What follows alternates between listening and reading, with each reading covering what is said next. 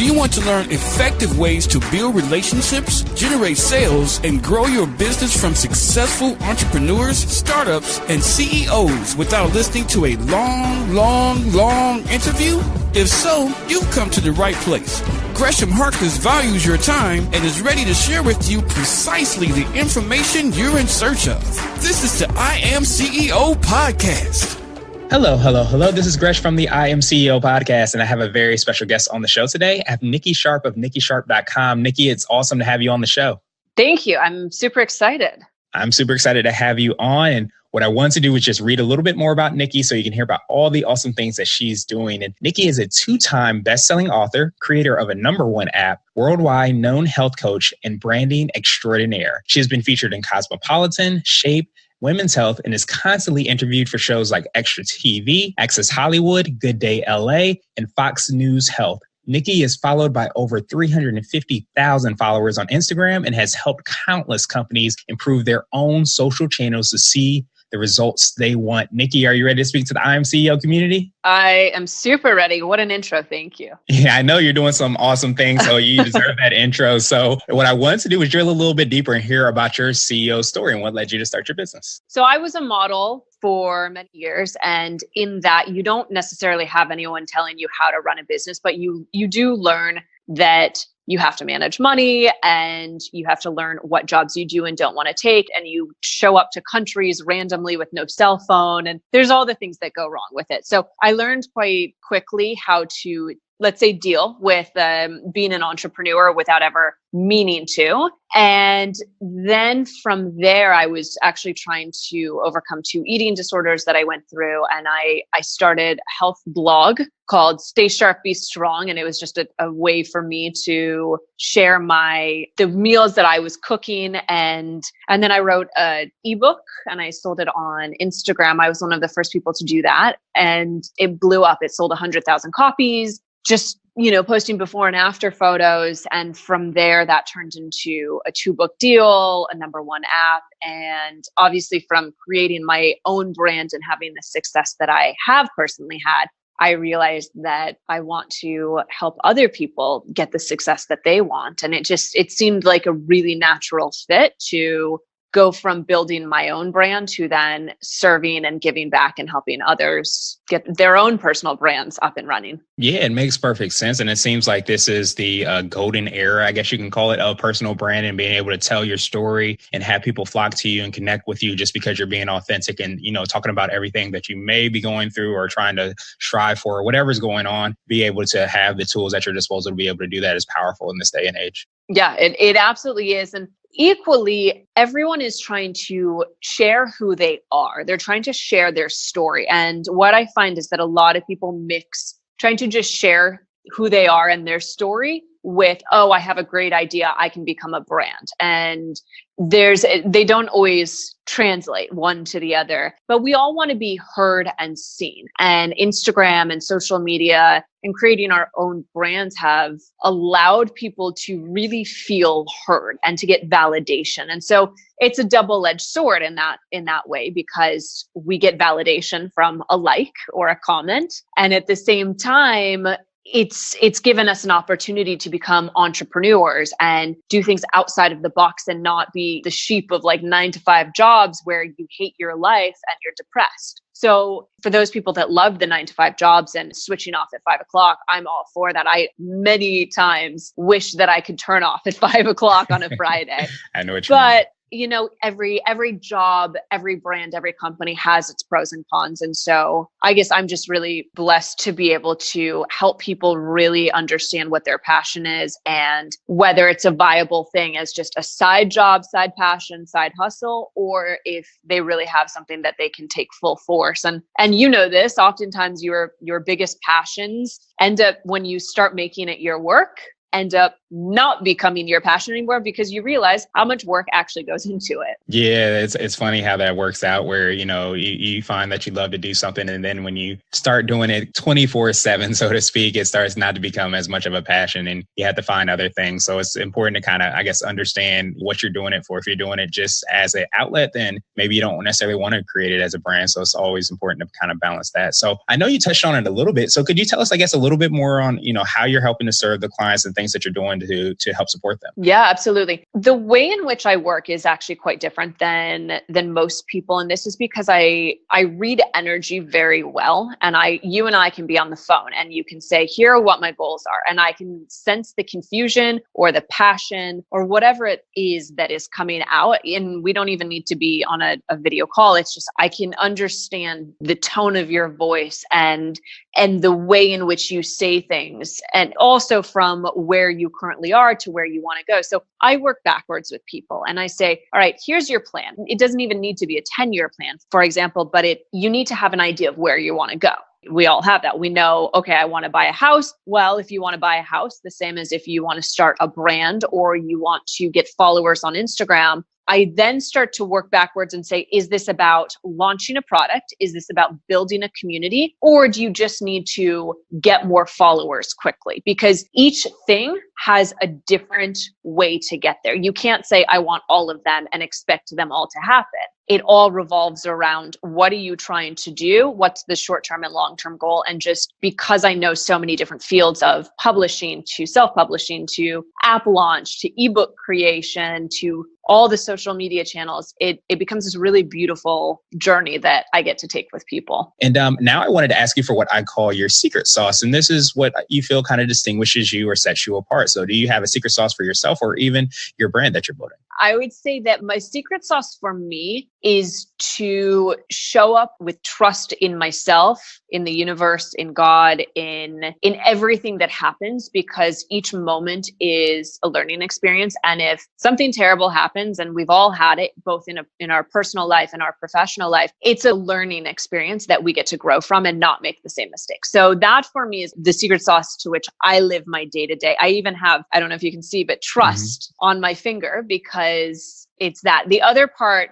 is do all things with love. And I have a little heart there because you have to trust the process, trust yourself, trust others, and you have to show up with love for everyone around you. So that's for me. And when it comes to other people, the secret sauce is, or when I work with them, is really, I guess, diving into what that trust is and knowing that whatever is meant to come through me and channel through me to that client will. And I've never had a blank moment. I've never been like, oh no, I don't know what to do. I think it's also the amount of experience I've had in so many different fields, parallel with the fact that I get such joy helping other people. It just naturally becomes the secret sauce of, I look for, very much like you look forward to these interviews. I look forward to working with people and extracting that deepest desire and how do we get there? And it's a beautiful journey. And I'm so blessed every time I get to take it with people. And now I wanted to switch gears a little bit and ask you for what I call a CEO hack. And this might be an app, a book, or a habit that you have, or even one of the things that you've created, but it's something that you feel kind of makes you more effective and efficient as a business owner. Oh, this is a good one. In the morning, and I'd like to say that I do it every day, but I don't. The days that I do it, I'm more effective though. I actually don't check my phone for the first 30 minutes when I wake up. That time I realize is very sacred to me, and I'm far more effective in my day if I do 30 minutes of whatever it is I need to do. So maybe that's a meditation, maybe that's just writing a list of everything I want to achieve that day, or goals, intentions, taking a shower, making coffee. But in that 30 minutes, you're not putting yourself into fight or flight mode. And one of the biggest things that people don't realize is the moment you check social media and you start to get the notifications, it alarms things in your brain and it triggers certain responses, and your body does go into fight or flight mode. That's why a lot of people don't sleep very well at night. So by doing this, you actually set yourself up for a better day. And the other thing that I love to do is set timers for doing certain activities. So I'll set a timer if I need to go in and do all my social media posting or respond to comments. I'll set a 30-minute timer. And when that's done, it's done. Or I decide, okay, actually I need 30 more minutes. And you realize that you actually get things done a lot quicker and more efficiently, instead of it becoming this overwhelming, like, I have to do all of this today. You go through the checklist. And another great example is if you're trying to work out a business plan or deal with finances or whatever it might be, if you set 30 minutes every single day to do it, you're far more likely to commit to it and see results than if you try to attack it saying, okay, today I need to write a business plan. That's a little terrifying. So those two are my personal hacks that I do, and I see huge results from. Yeah, that makes perfect sense. And now I wanted to ask you for what I call a CEO nugget. And this might be a word of wisdom or piece of advice, or if you can hop into a time machine, what would you tell your younger business self? Sadly, not trust people so quickly. Do my research before. And I'm a very trusting person, and I've been burned a lot of times now, and I've lost a lot of money because of it. So I would say it's maybe not about trusting, but I don't think I necessarily trusted myself either in that. But you really need to research and do your due diligence with people that you're going to work with, because they have the opportunity to make or break your trust, your confidence. They can take things from you, and equally they can build you up more than you ever thought. So I would definitely tell myself that. And I would also tell myself that no matter what happens, it will all be okay, because we often go through things that, like, shit hits the fan, you lose money, you're sued, and like, I've had all of these. I've been sued so many times now. It's crazy, from kind of crazy people, and they're just money hungry, and they see you as a vulnerable person. You think it's the end of the world while you're going through it. You always come out on top. You really do. You just have to believe in yourself in that. And I would also say to myself, or to anyone else listening, to really, really try to pay attention and look at what you're trying to do for business. Because if you're starting off with the side hustle that you're passionate about, and you're like, I'm passionate, I want to bake cookies and make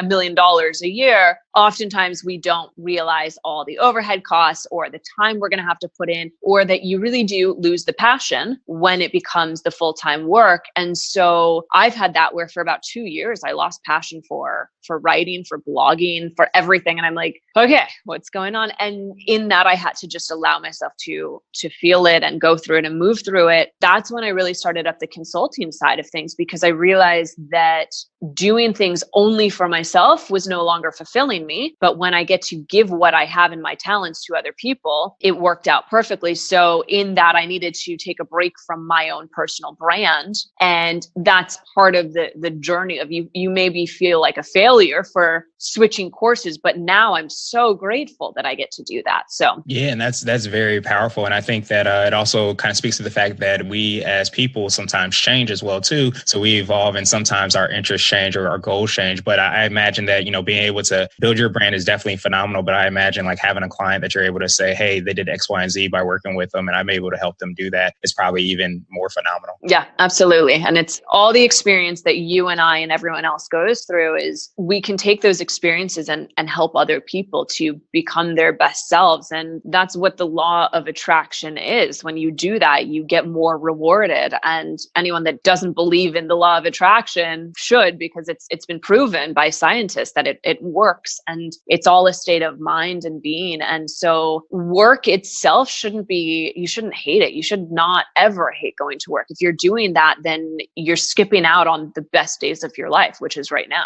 Absolutely. Absolutely. It makes perfect sense. And now I wanted to ask you my absolute favorite question, which is the definition for what it means to be a CEO. And we're hoping to have different quote unquote CEOs on the show. But I wanted to ask you, Nikki, what does being a CEO mean to you? The definition of a CEO is someone who owns whatever it is that they do in that position. You don't need to be a manager of 500 people. You can be the janitor, and you can be your own CEO and own that and make it yours. There's nothing worse than seeing people who despise their jobs, because you can make that job work for you and go in with gratitude and appreciation every single day and start to get to where you want to go by doing that. So pure and simple, a CEO, is someone who owns what they do with with integrity, with love, and with passion, even if you're not passionate about it in that day or moment. Yeah, absolutely. Makes perfect sense. And I love that definition because, a lot of it is in the foundation of being able to be in control of like what you want to do, whether or not you have a certain CEO position or your manager, like you said, custodian, whatever it is, you have ownership of your day and of your time and of your reaction to things. So I think that's a phenomenal definition and a great reminder. So I appreciate you for sharing that with us. Yeah. Nikki, I truly appreciate you for taking some time out of your schedule. What I wanted to do was pass you the mic, so to speak, just to see if there is anything additional you want to let our readers and our listeners know, and also how best they can get a hold of you. Well, I would say it's really about finding a mentor, someone that can guide you, whether it's a coach, a consultant, a mentor, because we can't do it alone as much as we think we can. And also really knowing that you are on a path that's so unique and special to you. And when we sit there and compare ourselves to other people on Instagram or, Facebook or LinkedIn, it takes away from that beauty of what you have to offer. So comparison is the thief of joy, and we want to live a joyous, fulfilled life every day. So those would be my two kind of parting comments. And anyone that wants to work with me and help get your brand up and running or get a little more clarity on where you're going in life, you can find me at nikkisharp.com or Nikki Sharp on Instagram or Facebook. And as I said, I love working with people. I love motivating people. I am very blessed and honored to get to share things that I've learned and experienced and pass that on to other people. So that would be my final parting words of wisdom. There you go. Case closed. So I appreciate you, Nikki, for taking some time out, and you're doing some awesome and phenomenal work, obviously. So I appreciate you for doing and showing up in the world. And I hope you have a phenomenal rest of the day. Thank you so much.